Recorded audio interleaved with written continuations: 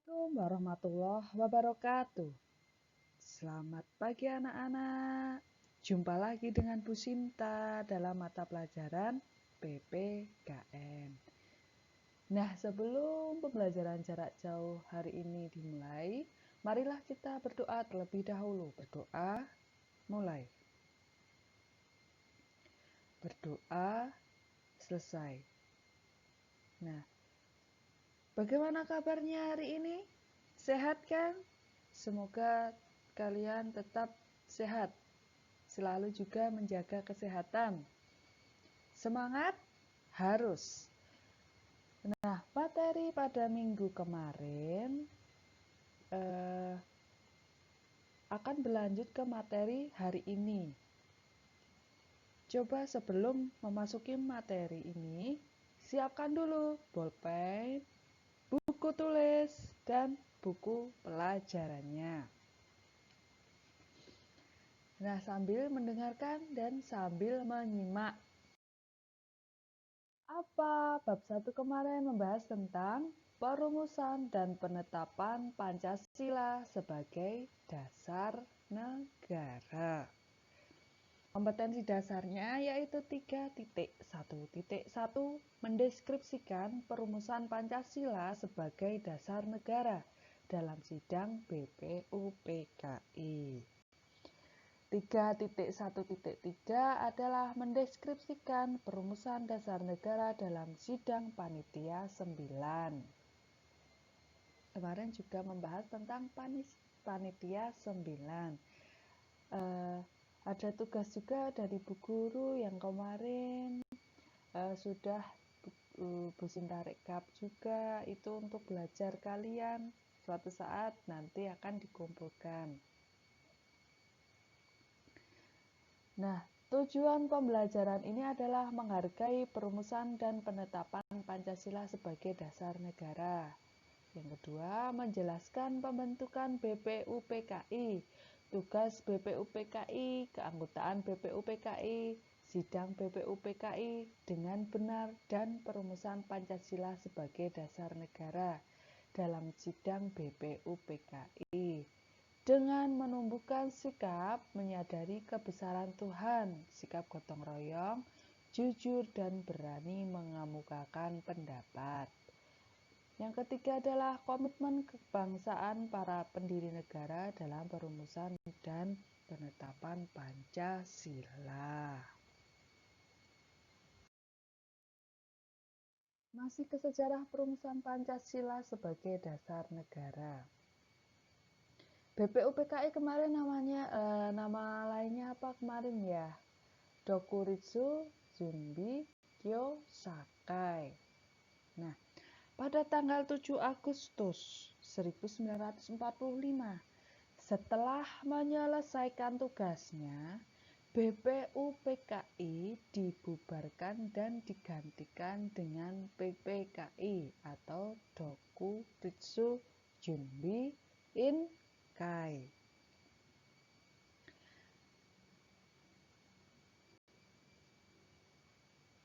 Nah,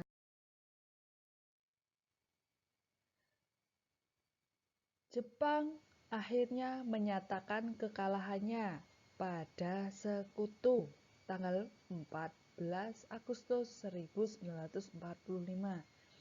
Hal ini terjadi setelah dua kotanya dijatuhi bom atom.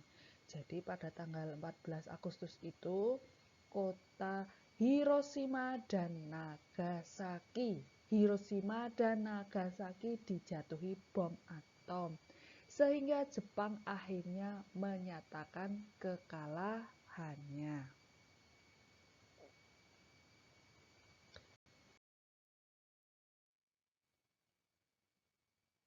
Nah,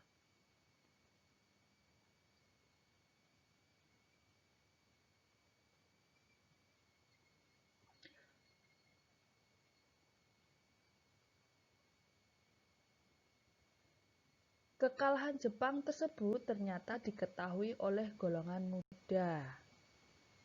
Mereka kemudian menginginkan kemerdekaan diproklamasikan secepatnya. Nah, pada tanggal 8 Agustus 1945 ada 3 orang tokoh pendiri negara, yaitu Insinyur Soekarno, Muhammad Hatta, dan A.T. Rajiman Widyodiningrat berangkat menemui Jenderal Besar Terauchi Saiko Seikikan di Saigon. Dalam pertemuan tersebut, Insinyur Soekarno itu diangkat sebagai ketua PPKI dan waktu itu Muhammad Hatta sebagai wakilnya. PPKI beranggotakan 21 orang termasuk ketua dan wakil ketua.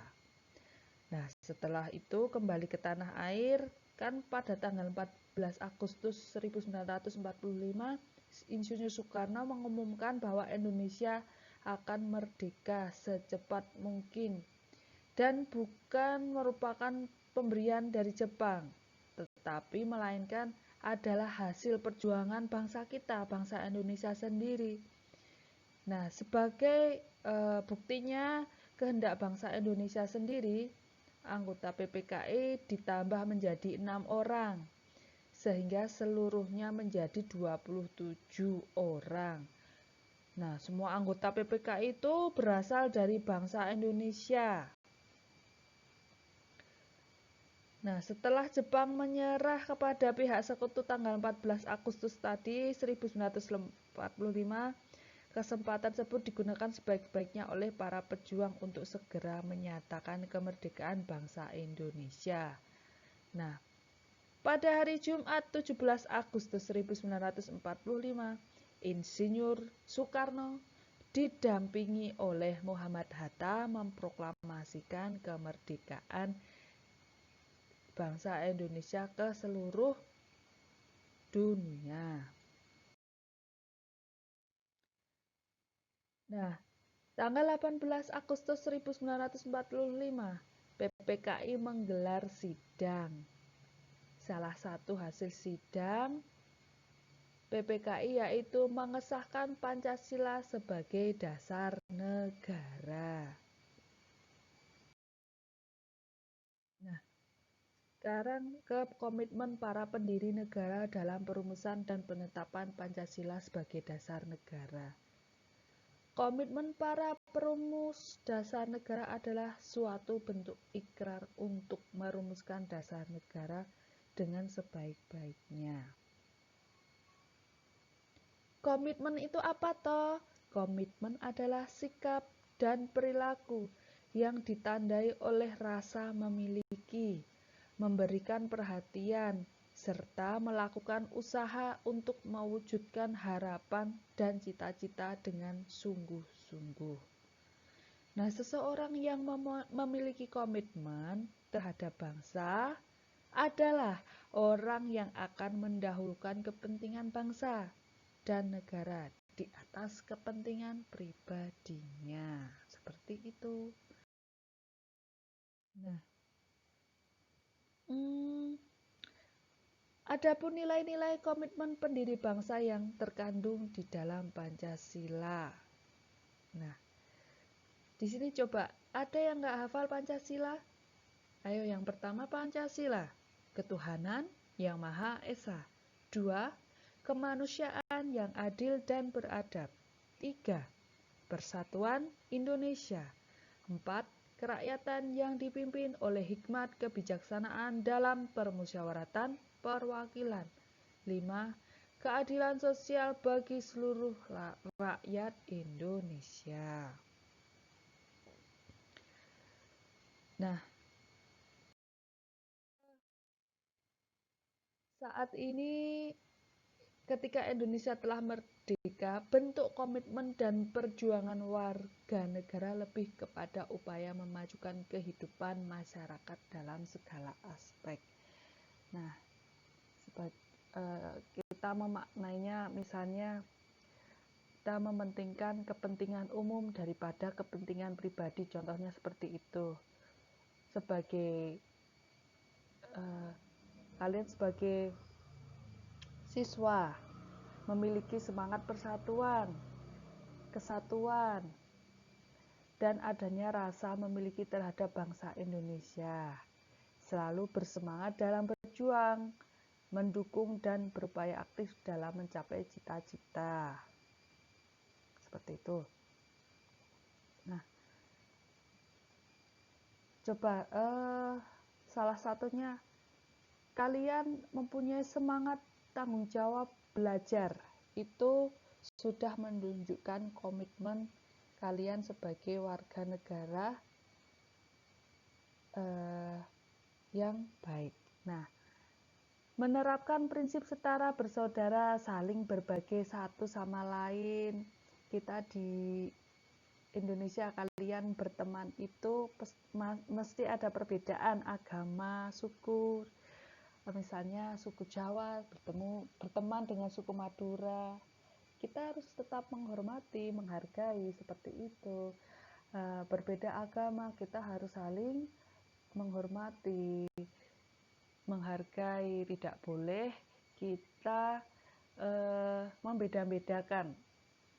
Ini agamaku yang paling bagus, agamamu seperti ini toh, kok kayak seperti ini. Nah, nggak boleh. Nah, itu bentuk komitmennya. Apalagi kalian siswa sebagai generasi penerus bangsa. Seperti itu ya. Nah, generasi muda juga perlu menyadari potensi diri tanggung jawabnya. Ini yang seperti Ibu bilang tadi, generasi muda merupakan agen perubahan suatu bangsa. Jadi mulai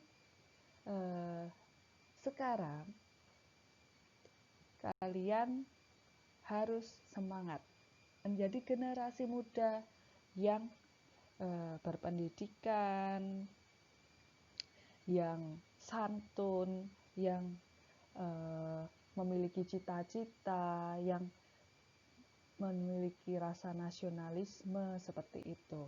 Nah, besok Bu Sinta akan membahas lagi mengenai nasionalisme dan patriotisme. Ada mid mapping. Itu ada tulisan SMP Negeri 3 Turi Sleman. Materi PPKN kelas 7. Coba kalian pahami. Itu sangat penting. Coba lihat. Tugas PPKI itu apa? Tugas BPUPKI itu apa? Di situ ada semua. Siapa ketuanya? Tanggal berapa berdirinya? Dan hasilnya apa? Tugas pokoknya apa? Nah, dari materi yang Ibu sampaikan ini, kalian juga harus rangkum, lengkapi juga supaya kalian lebih memahami. Jadi ulangan juga kalian lancar mengerjakannya seperti itu. Nanti tugas Ibu persiapkan, kirimkan lewat WhatsApp. Nah, ini mid mappingnya juga Ibu kirimkan lagi lewat WhatsApp grup. Nah,